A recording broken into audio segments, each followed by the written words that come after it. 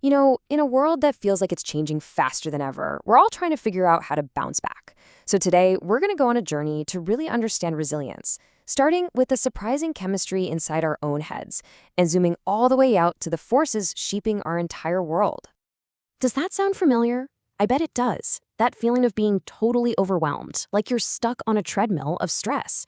You're putting in all this effort, but you're not actually getting anywhere new. Well, it turns out getting unstuck begins by looking at what's happening right inside our brains. All right, let's dive right in. To figure out how we get stuck, we need to talk about the one chemical we always blame for our stress, cortisol. But what science is finding out now might just flip everything you thought you knew completely on its head. And that is the million-dollar question, isn't it? We've all been taught that cortisol is the bad guy, the stress hormone. But what if it's not that simple? What if it actually plays a double role? And what if its effect on us changes depending on the clock? Okay, this is absolutely fascinating.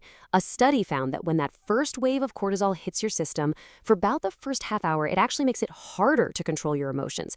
But, and this is a huge but, if you can just ride it out, after about 90 minutes, the whole thing flips. That exact same hormone starts to boost your ability to cope. So the takeaway here, it's not just about the stress itself, it's about our body's amazing timed response to it. So that initial cortisol surge, that instinct to just pull back from whatever's stressing you out, well, it has a psychological partner, the comfort zone. Our brain's chemistry literally pushes us toward what feels safe and familiar. Let's dig into how this reaction creates these mental bubbles that can keep us feeling trapped. The key to unlocking all of this is a word you've probably heard before, paradigm. But it's not just one thought. A paradigm is the whole framework, a whole constellation of beliefs and rules you live by. It's like the invisible architecture of your mind that keeps your behavior on a familiar path. This is a perfect example of how a paradigm operates. Let's talk about Jane.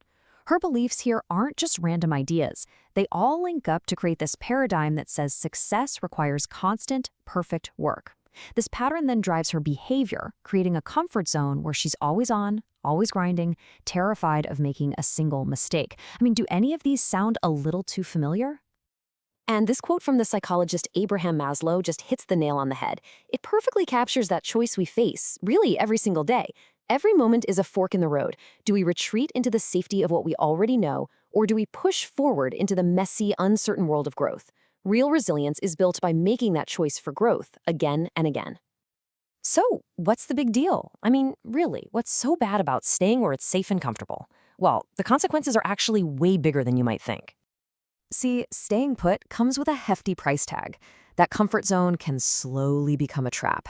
We miss out on opportunities, our problem-solving muscles get weak, and our ability to handle change just plummets.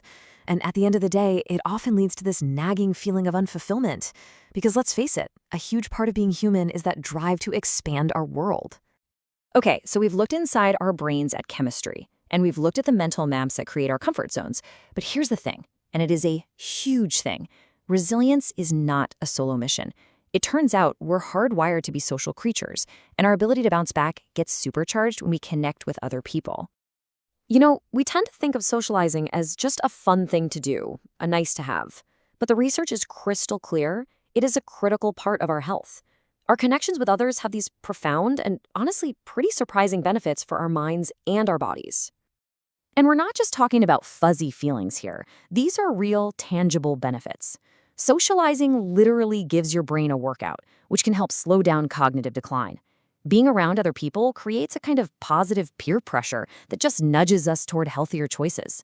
But most importantly for us today, a strong support system gives us the stability we need to get through life's storms. It's the community that really fuels individual resilience. And this gets to a really crucial point. Being part of a resilient community means being ready to step up.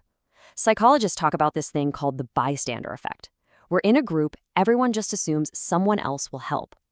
Overcoming it takes these 5 very conscious steps. It starts with just noticing what's going on, and it ends with making a deliberate choice to help.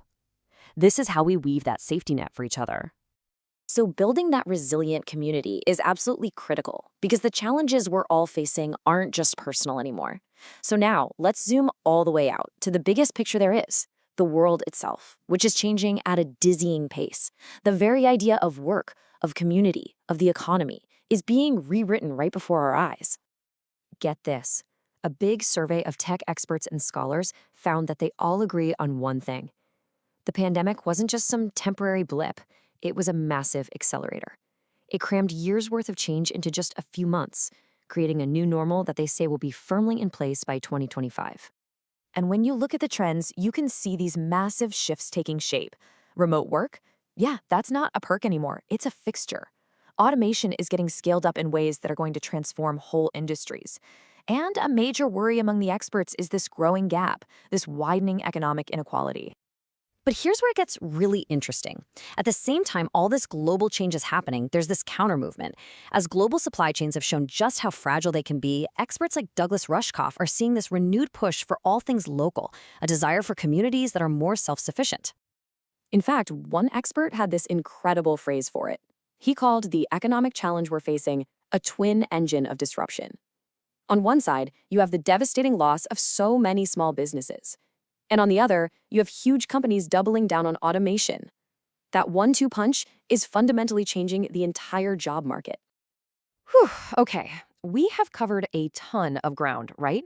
From a single hormone in your brain all the way to the global economy. So, what now? How do we actually tie this all together and make it useful? Well, we bring it all the way back to you. Let's build a practical toolkit for growing the resilience you're going to need for what's next. It really boils down to these 4 pillars. Think of this as your personal resilience game plan. First, you've got to challenge those internal paradigms, the ones that build your comfort zone. Second, you have to make self-care and rest a priority. Remember how cortisol needs time to work its magic. Third, actively go out and build your support system. That's the power of we. And finally, find your purpose. Knowing your why is the ultimate anchor when the storms of change are swirling. And I want to leave you with this image from Brian Tracy because it just paints the perfect picture of what we're talking about. Growth isn't about popping your comfort zone bubble. It's about gently but consistently pushing on the edges of it, making your world, your skills, and your resilience bigger and bigger and bigger. And that really is the bottom line, isn't it? It all comes down to this one question. As Abraham Maslow said, we face this choice again and again. You can't have growth and comfort in the exact same moment. So, as you look at the day ahead of you, which one are you going to choose?